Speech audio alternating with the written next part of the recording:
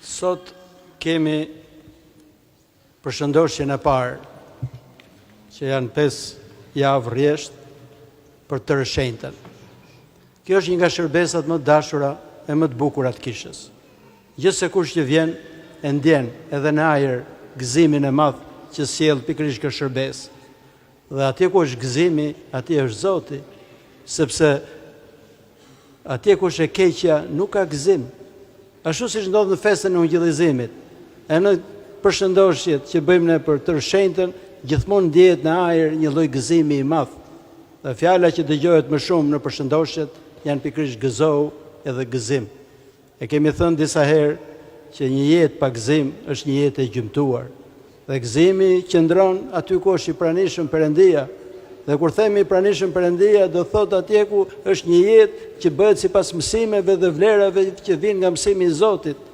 Ndonse ne sot përkujtojmë një ngjarje historike, kur qyteti Konstantinopojës me ndërhyrjen e të shenjtës u shpëtua nga pushtimi, siç kemi thënë shpeshherë që çdo gjë që prek Zoti kthehet në trans historike, është për gjithë kohrat. Etrit e kishës e kanë në mënyrë simbolike përshkruar shpirtin e njeriu si një qytet. Dhe gjithë pasionet e ndryshme nga jashtë dhe nga brenda janë pikërisht sulmet për ta pushtuar qytetin. E për ta mbrojtur qytetin, ne kemi nevojë pikërisht për praninë e Perëndisë dhe të rëshënjtës. Dhe çdo njeri ka nevojë për këtë gjë.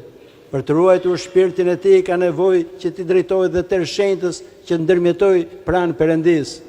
Kjo vjen nga eksperiencë e gjatë e kishës, e jetës shpirtërore në kishë, gjatë gjithë shekujve, duke vazhduar dhe sot, dhe në ditën e sotme, mira mrekulli janë bërë pikërisht sepse janë lutur të rëshënjtës. Dhe kisha na kujton vazhdimisht këtë gjë, sa jemi në vështirësi, sa herë shikojmë që shpirti jonë shtrëngohet nga pasionet dhe vështirësitë, le t'i lutemi të rëshënjtës, ajo do na ndihmojë e do na shpëtojë. Në troparet e kishës ne themi gjithmonë, mbrojtje e paturpëruar e të krishterëve. Gjë që do thotë çdo njeri që është lutur me gjithë shpirt të rëshënjtës, gjithmonë ka marrë një përgjigje.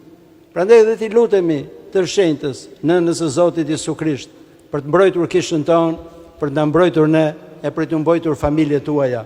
Lutja ka gjithmonë një fuqi. Nëse lutja e të drejtit është shpërblyer me fuqi, është për të gjithë njerëzit e drejtë. Sa më shumë që të pendohemi, e sa më shumë që të përkushtohemi Zotit, aq më tepër lutja jonë do dëgjohet. Ne kemi një thesar shumë të madh dhe një bekim shumë të madh me këtë lloj shërbese. Dhe historia tregon që gjatë këtyre shërbesave, e gjatë kësaj periudhe të kreshmës, lutja bëhet akoma më e fortë dhe të rëshënjta do i përgjigjet lutjeve tona.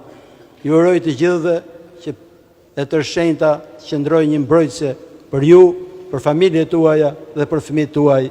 Amin.